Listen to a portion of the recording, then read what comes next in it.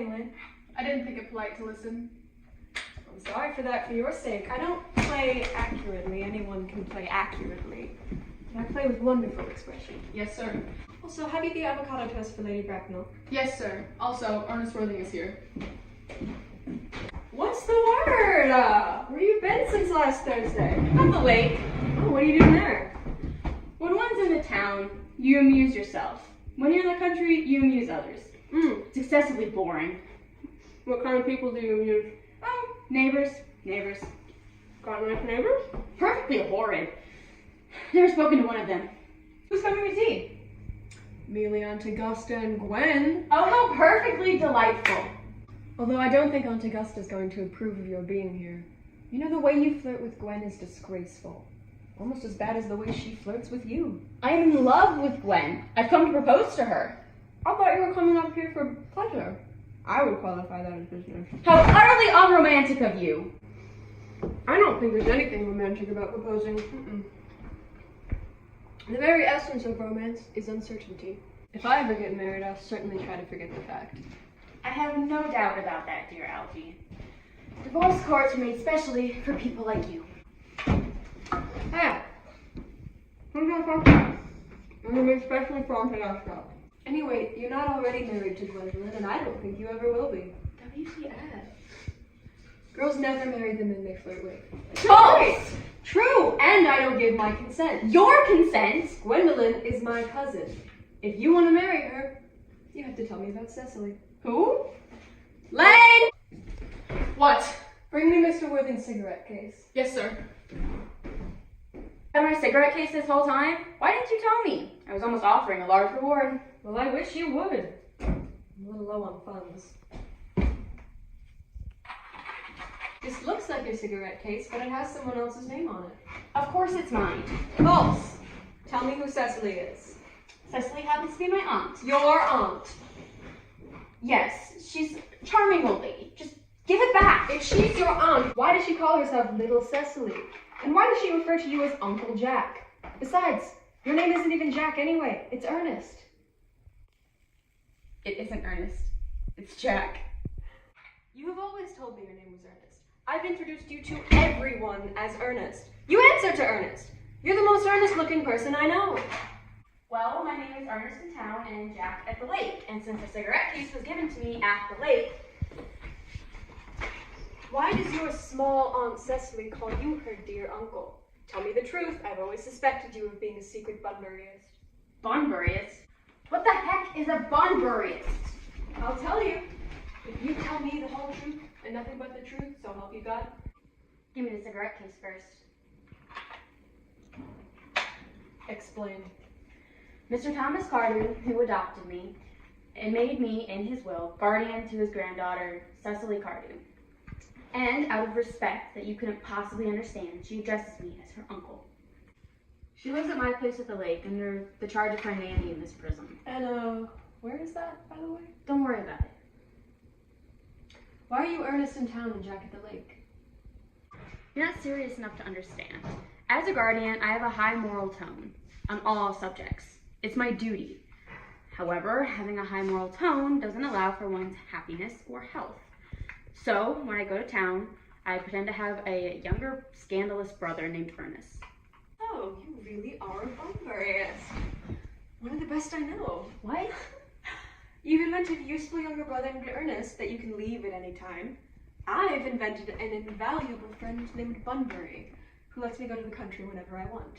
If it weren't for Bunbury's horrible health, I wouldn't be able to cancel on Aunt Augusta tonight and dine with you. I haven't asked you to dine with me tonight. I know.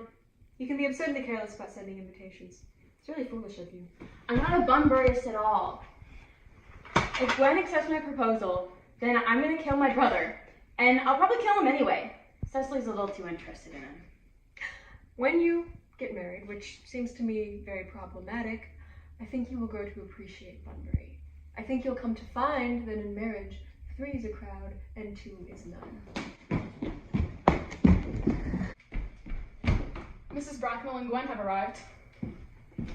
Good afternoon. Not getting into too much trouble, I hope? I'm so sorry we're late, but Mrs. Hargreaves' husband died last week, and let me tell you, she looks 20 years younger. Anyway, can I get a refill on my coffee and some of that avocado toast you promised me? Certainly, Aunt Augusta.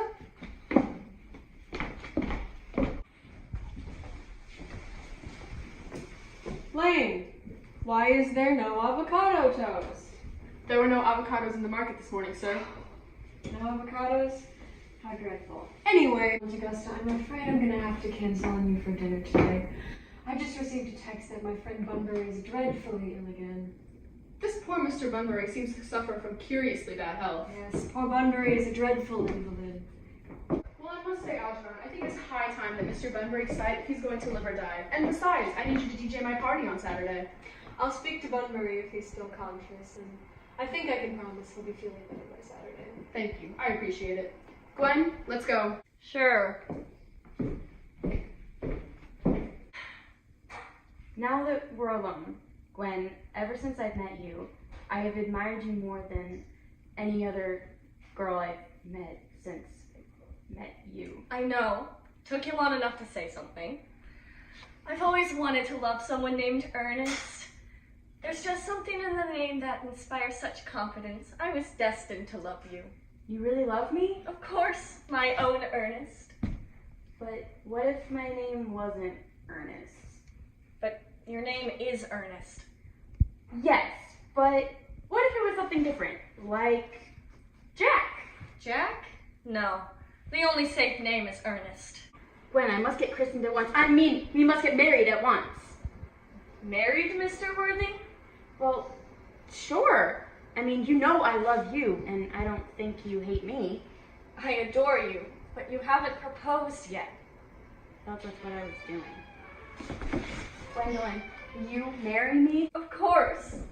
Mr. Worthing, rise, sir, from this semi-recumbent posture. It is most indecorous. Mom, can't you see what's happening right now? No, what's up? Ernest is proposing. Engaged? That is not your decision to make. Go wait in the car. Mom! Can I speak to you alone? The car!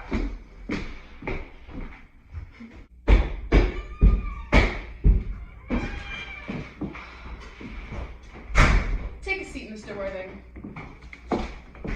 I must admit, you're not currently on my list of eligible young men. Do you smoke? Well, I must admit, yes, I do smoke. Good. A young man should have an occupation of some kind.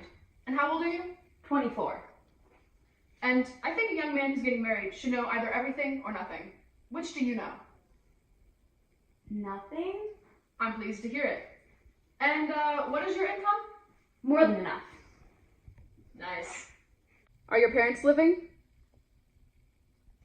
Both are dead.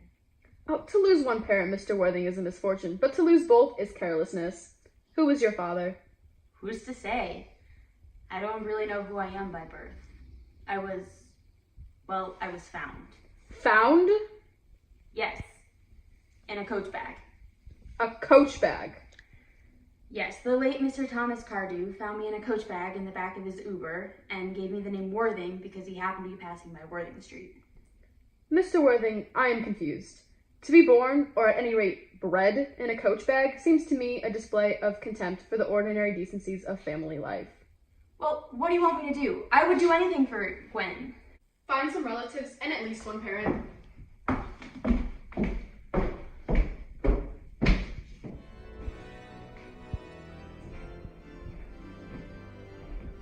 Jeez, Algie, turn that off. How idiotic are you? What, did Gwendolyn refuse you? No, as far as she's concerned, we're engaged. Her mother, however, is a monster. Well, she is related to me after all. By the way, what did you tell her about your name and your brother? Nothing. You aren't supposed to tell girls the truth. And besides, I'll say he's died by the end of the week. Oh, won't, Cecily be upset about that? No, she'll be fine. She's that silly romantic. You know, I'd rather like to meet her. And I'll make sure you never do. She's excessively pretty and 18. Does Gwen know about her? No, but I'm sure that as soon as they do meet, they'll be calling each other sister. Women only call each other that when they've called each other a lot of other things before that. Gwendolyn's here. Algie, get out. I need to talk to Ernest. Gwen, I don't think I can allow this. Please leave.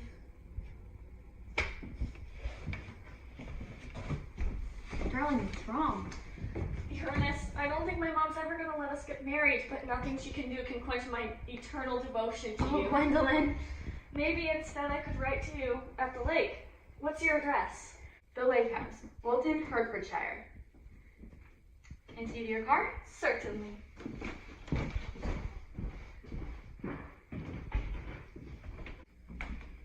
Lane? A glass of rum. Yes, sir. I'm going Bunbury tomorrow. I probably won't be back till Monday. Yes, sir. Tomorrow's gonna be a good day, Lane.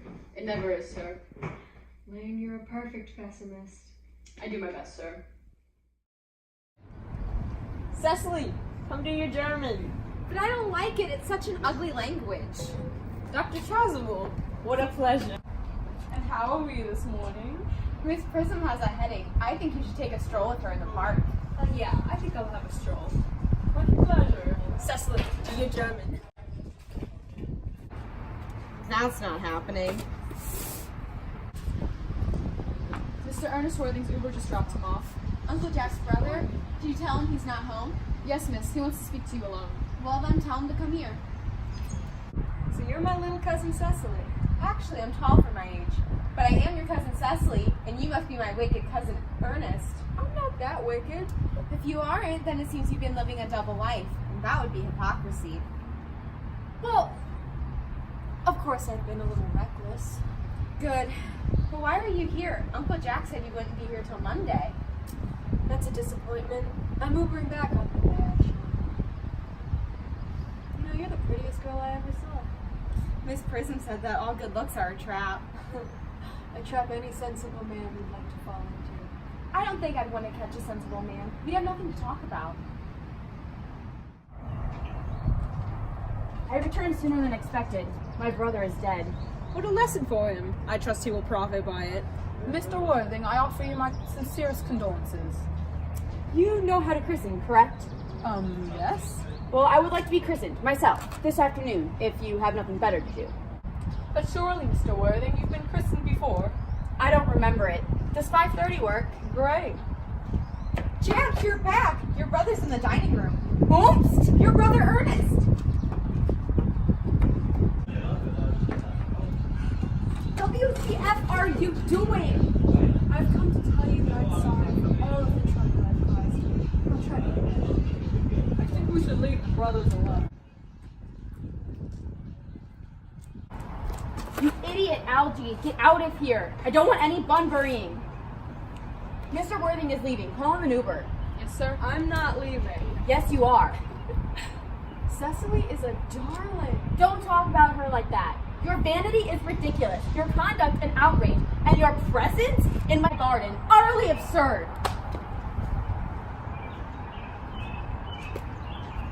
Oh, I just came here to water the flowers. I thought you were here with Uncle Jack. He's ordering me an Uber. He's sending me away. Sir, your ride is here. Merriman, it can wait like 5 minutes. I love you, Cecily. Will you marry me? Duh, we've already been engaged for 3 months already. Oh, 3 months. How? I got tired of waiting and made it official. You are a perfect angel, Cecily. I've always dreamed of loving someone named Ernest. Do you mean to say that you don't think you could love me if my name was something other than Ernest? Like, I don't know, Algernon? I don't like the name. I have to talk to the minister about my business.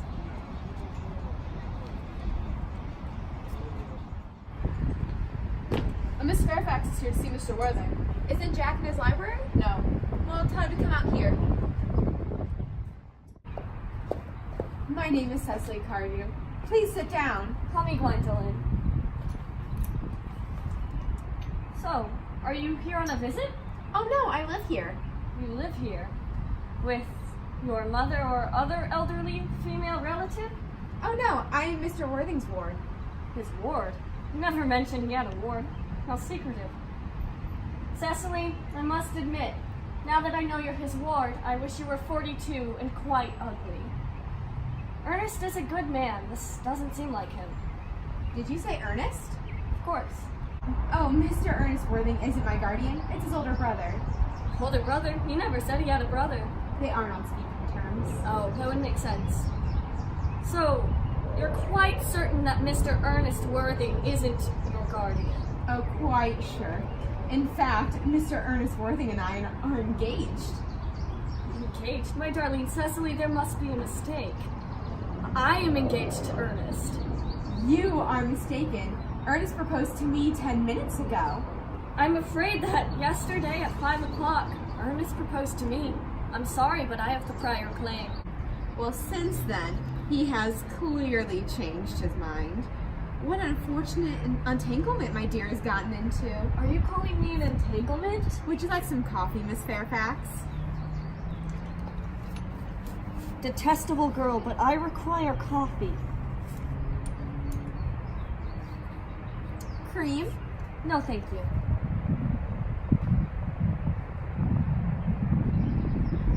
Would you like some cake? I'm good, thank you. You put cream in my coffee and you gave me cake. I am known for my gentle disposition, but I tell you, Miss Cardew, you may have gone too far. Anything to save my poor, innocent, trusting Ernest from the clutches of another girl. Ever since the first time I saw you, I knew you were fake. Ernest, my own Ernest. Gwendolyn, darling. Wait, are you engaged to her? What? No. Why would you think that? I knew there was a misunderstanding, Miss Fairfax. The man whose arm is around your waist is my guardian, Mr. Jack Worthing. Excuse me? Meet my Uncle Jack. Jack? Here is Ernest. My love. A moment. Are you engaged to her? Who? Gwendolyn, good heavens. Of course not. Thank you. Cecily, that man there is my cousin, Mr. Algernon Moncrief. Algernon Moncrief? Oh.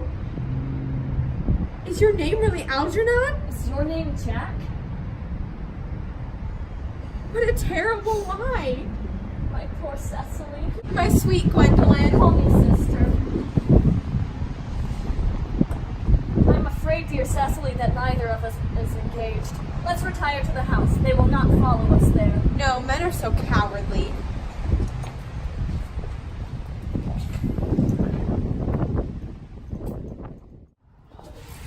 You have no right to Bunbury here. That's absurd. I have the right to Bunbury wherever I want. Anywhere but here. And your conduct towards Cecily is terrible. But I want to marry Cecily. You're not marrying her. Then you're not marrying what? Algie, you need to leave. That's ridiculous. I have an appointment with Joseph will be christened Earnest at 5:45. Well, the sooner you stop, the better, because I'm getting christened at 5:30, and I'm going to take the name Ernest, and we can't both be Ernest. That's stupid. Would you stop eating the muffins, Jack? There's only 2 left. Took you long enough. Mr. Moncrief, why did you pretend to be my guardian's brother? So I could meet you. Mr. Worthing, did you pretend to have a brother named Ernest just so you could see me as often as possible? Can you doubt it, Miss Fairfax? Big time. But you seem to have good reason. But there's still one problem. Your Christian names. Our Christian names? But we're going to be christened this afternoon.